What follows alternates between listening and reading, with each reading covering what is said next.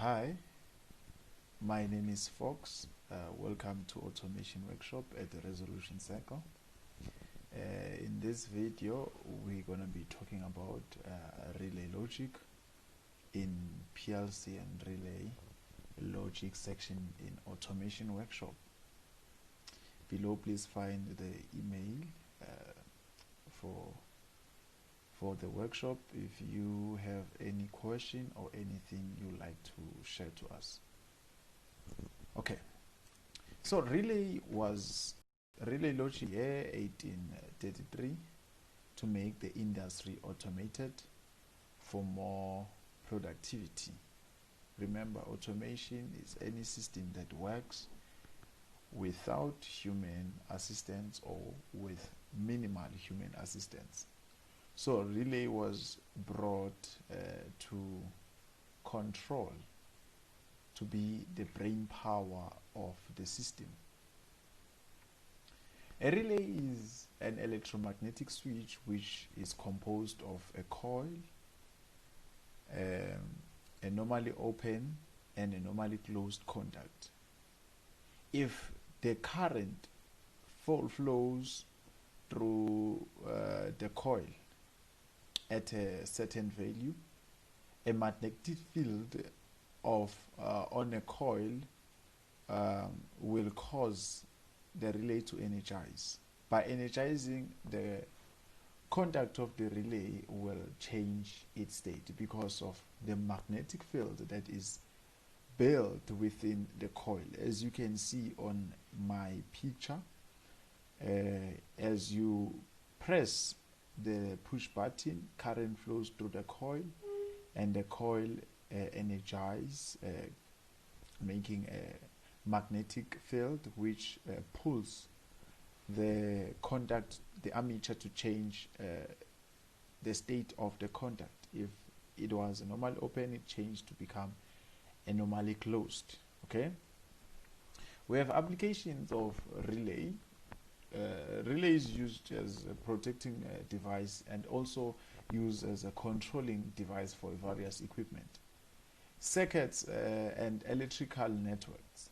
Various types of relays are used in various applications based on different criteria such as rating contact, number of contact and type of contact, the operating lifetime, the coil voltage and current. So in selecting the relay to use for your system, these are the things that you check for: the number of contact, the rating of that relay or the rating of those contacts. Let's say you want to drive a 400 volt motor and you want to control it using 24 volt DC. So in selecting a relay, you have to check the rating of a relay, how much that relay can the contact withstand. Relay are also used to control high voltage circuit with the help of a low voltage signal. You give it 5 volts and you drive to 30 volts. Relay circuits are used to construct logic function and help in building safety critical logic. We have overload relays, which are used as safeguard for motors from overload and power failures. On my pictures here, I have a relay in different dimension. As you can see, the relay that I have, it's an 8-pin relay. Okay, so I'm going to take you through each pin so that you may understand the relay we are working with. It's a 24 volt relay that the contact that can drive up to 400 voltage. Okay, between pin 2 and pin 10, I have the coil of a relay where 2 is the positive part and 10 is the negative part. And I have a common, if you can check on my if you can check on my picture this side, I have 3 commons. I have 1, 6 and 11. The first one, the 1, I have a normally closed between 1 and 3. If you can check between 1 and 3, I have a normally open. But between 1 and 4, I have a normally closed. Between 6 and 7, I have a normally open. 6 and 5, I have a normally closed.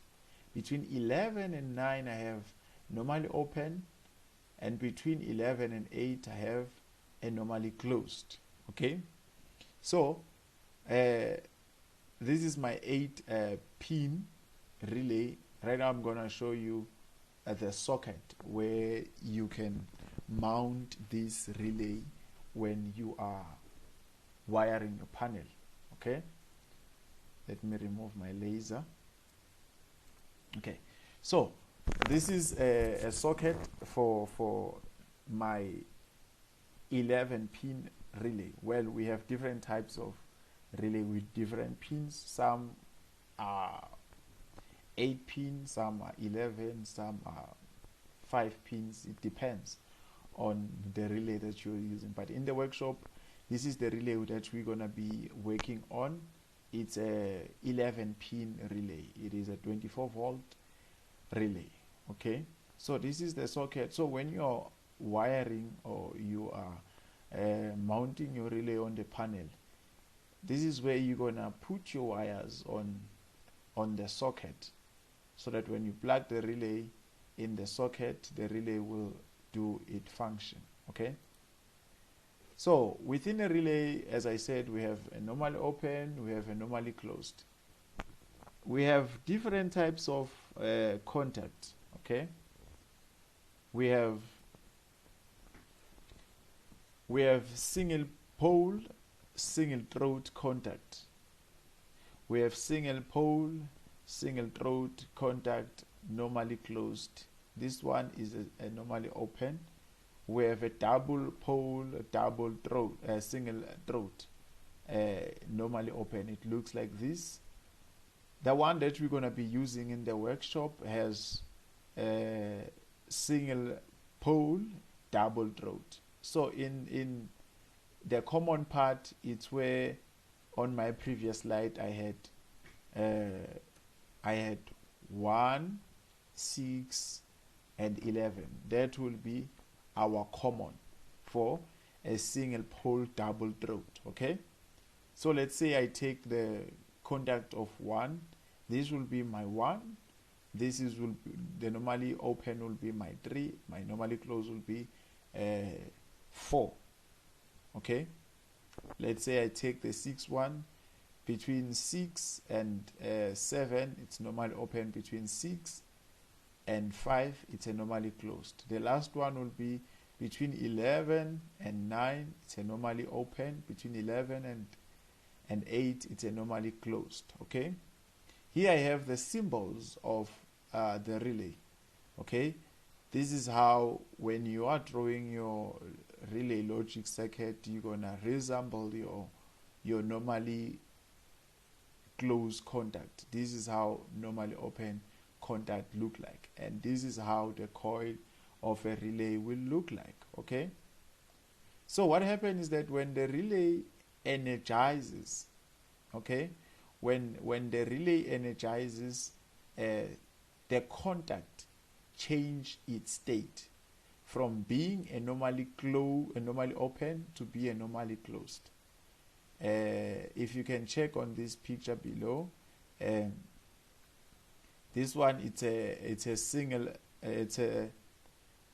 single pole double throat. Okay, I have a contact that is normally open and a contact that is normally closed. When this relay is energized, the contact that was normally closed becomes a normally open. Okay, but when the relay de-energized, let's say the current is no longer flowing to the coil, the relay will go back, the contact of the relay will go back to their initial position or initial state. All right. We have what we call logic gates. Logic gates are the heart of digital electronics. A gate is an electronic device which is used to compute a function on a two-value signal. Logic gates are the basics building blocks of digital circuit. Basically, all logic gates have one output and two input. Some logic gate, like NOT gate or inverter, has only one input and one output. The input of the logic gate are designed to receive only binary data, only a 0 or a 1. Okay, a 0 is a low and a 1 is a high. I'm going to explain that now. It receives that in terms of voltage input. The low logic is represented by 0, and the high logic is represented by, well, in the workshop it will be represented by 24 volts. But in other application it may be 5 volts, in other it may be 12 volts, depending on the relay that you are gonna be using. Okay, so what an inverter does is that if it receives a 0 on the other side of the output, that 0 will be a high. Okay, and then we have an AND gate. Let me show you the truth table. Before I show you the truth table, I want to explain the logic level. Okay, so whenever we speak of level true, it means we have positive voltage there. It may be 5 volt, it may be in the workshop where it will be 24 volt. All right, 24 volt will be our true, or it will be represented as 1 or an on or a high or a yes. Okay, for the logic low, it will be represented as a false, 0 or 0 voltage, off or low or no. Okay, well, a logic level is defined as a specific state of voltage of signal. We know that 0 and 1 are the two states of logic gate. As you know, binary numbers, it's a 0 or it's a 1. Okay, the logic level 0 and 1 are known as low and high respectively. In digital electronics, these binary logic level plays a crucial role in data storage and data transfer. Generally, this logic level can be understood as on and off state, as mentioned before. The logic level are introduced to logic gate by supply voltage. If the voltage supplied to the logic gate is 0 volt, it refers as a low logic level or an off state. Okay, so I want to talk about the truth tables of different logic function. I'll start with an AND. On an AND, for you to have a high, all your input must be a high. What do I mean about that? All your input must be 1 for you to have an output that is a 1. Okay, on the statement, the AND gate is an electronic circuit that gives a high output 1 only if all its input are high. Okay, as you can see on the truth table, let's say I have two inputs, A and B. Okay, as you know, in digital systems, to build a relay logic, let's say your input A is a 0, your input B is a 0. For an AND gate, you will get a 0. Let's say one of the input is a high, you'll still get a 0. Okay, but when both your input are highs, then you will have a high on your output. Okay, but it's different with an OR gate. Okay, the OR gate is an electronic circuit that gives a high if any of the input is a high. Okay, as you can see on the truth table, if any of the input is a 0, you won't get anything. Your output will be a 0. But if any of your input is a high, then you will get a high. If both are a high, you will get a high. Okay? I've mentioned the NOT gate before. NOT gate, it acts as an inverter. If you give it a high, it will change it to a low. If you give it a low, it will change your input to be a high. Okay? Then we have an AND, and a NAND gate, and a NOR gate. Overall, we have 7 logic gates. Others I didn't include on the slide. Things like exclusive OR gate. Okay? Let us quickly jump to the design of the relay logic circuit. When you are designing a relay logic circuit, you need to define the process that you want to control. Okay? In that state is, what is it that you really want to achieve? Put all your components that you think will be needed in the circuit based on the project statement. Determine the sequence of the operation, how the sequence will be. Okay? From determining the sequence, start wiring the relay logic. Strategically select contact to be used. Okay? When selecting contact, let's say on your design, make sure that you select a contact that won't clash with another logic or another input. If let's say another input is triggered, let's say you use between the contact between 1 and 3. That's why along your circuit or along your sequence, you need now a normally closed. Okay? Then you can't use 1 and 4 because 1 and 3 is already used, and 1 is a common for both 3 and 4. Okay? So these are the things that you have to bear in mind when you are selecting the contact. Okay? Then when you have selected your contact that you're going to use, then you can draw your circuit. We have a nice software for simulation in the workshop. It's FluidSim, where you can simulate your circuit to check if it's working. If it's working, then you can then wire your circuit. Let's have a short example to demonstrate what I was talking about. Example 1. Design and construct relay logic circuit. Design a relay logic circuit that will work based on the sequence of an AND logic gate using switches. Okay, guys, there is a difference between switches and push buttons. Okay, a switch, if you operate it, it remains on that particular state. If it was a normally open and you operate it, it will then become a normally closed. Until you operate it, it will then become a normally open. But with a push button, if it is a normally open, if you press it, it will be a normally closed.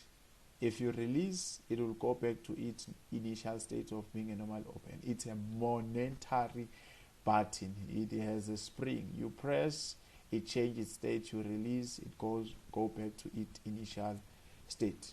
Okay, in this example, I'm working with switch. So first thing first, I have a truth table for an AND gate where switch 1, if switch 1 is not operated and switch 2 is not operated, your LED will be off, because remember, on an AND, both your input must be high for your output to be high. So if you can check, when switch 1 and switch 2, both of them are high, then your LED should be on. Okay, so I have a circuit on my left hand side. I have switch 1, I have switch 2. Switch 1 is connected to relay K1 and switch 2 is connected to relay K2.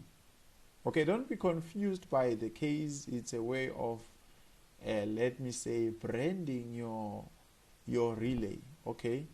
So that when you are linking that relay with its contact, you won't get confused, okay?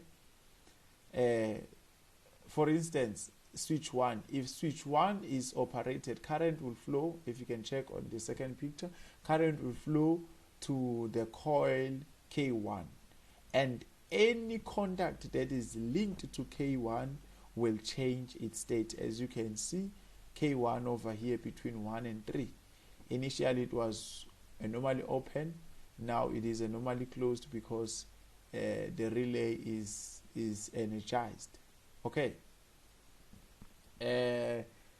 If you operate switch 2, relay K2 will energize and contact K2 will change its state. If both switch 1 and switch 2 are pressed, as you can see on my picture here, then your LED will be on. Okay, that is for, it was a demonstration for an AND gate. We have another concept called latching. Latching is when you are creating a retainer or a self-powering relay. Let's say you are working with push button. Remember, push buttons are monetary. You press and when you release, the current stop flowing. Okay, let's say I press the push button, my K1 will energize. The moment I release the push button, my K1 won't be receiving any current because the push button is no longer pressed. To make your relay to be energized, even if the push button is no longer pressed, you create a retainer or a latch whereby you use one of the contacts of the relay to power the coil of the relay. If I press the push button, current will flow to K1, and when K1 energizes, anything that is linked to K1 will change its state. This K1 between 1 and 3 will then close, allowing current to pass through it to continue to energize the relay. Okay, and my K1 between 6 and 5 will close, making my LED to light up. Okay, my final example will be this problem statement. Design and construct the relay logic circuit. Design a relay logic circuit that will work based on the sequence below using push buttons. Okay, if we are using push buttons, we'll have to latch our relay, okay, for a sequence to work. Initially, all LEDs are off. Your system must have an emergency stop to reset everything. Okay, so in my problem statement here, I have they are requesting that our system must have an emergency stop that will reset everything. Okay, and when push button 1 is pressed, light 1 should be on, light 2 off, light 3 on. Push button 2 will then switch off light 1 and light 3, switching on light 2 I mean, and push button 3 should switch off light 2 and switch on light 3, but it has nothing to do with light 1 because light 1 from push button 2 was already off. So light 1 has nothing to do with push button 3. Okay, so this is how you can interpret a problem statement. You look at your light, you check what is it that will affect your light. I can see light 1 will be affected by push button 1 and push button 2. Push button 3 won't have any effect because your light is already off from push button 2. Let me move to LED 2. LED 2 is not affected by push button 1 because initially it was off. When I press push button 1, nothing will happen on light 2. It will remain off. But when I operate push button 2, it will then come on. If I operate push button 3, it will then be off. Okay? Push button 3 will be affected by all, LED 3 will be affected by all push button. Push button 1 will make it to come on. Push button 2 will make it to be off. Push button 3 will make it to be on again. So this is how my circuit looks like. Okay, let me start with my LED 1. LED 1 is this one. From the table, I can see that it's push button 1 and push button 2 that affect my LED. Okay, so push button 2 will switch my LED off. So I have a normally closed contact of push button 2 or of relay 2. Remember, this is relay K1, relay K2, relay K3. Relay K1 is energized by push button 1. Relay K2 is energized by push button 2, and relay K3 is energized by push button 3. Okay, so as I said, my LED 1 is affected by 2 push buttons, push button 1 and 2. So push button 2 must switch it off. So I will have a normally closed, so that when the relay K2 is energized, it will become a normal open, stopping the current to pass through. Okay, then I have my K1. When the push button 1 is operated, relay K1 will energize and it will close this contact, allowing current to pass through to my LED, and my LED will be on. When I press push button 2, relay K2 will then energize, breaking this contact, making my LED to be off. Push button 3 doesn't have any effect, hence I didn't include it. Let me move to my LED 2. My LED 2 is affected by push button 2 and push button 3 because it changed from being on to off.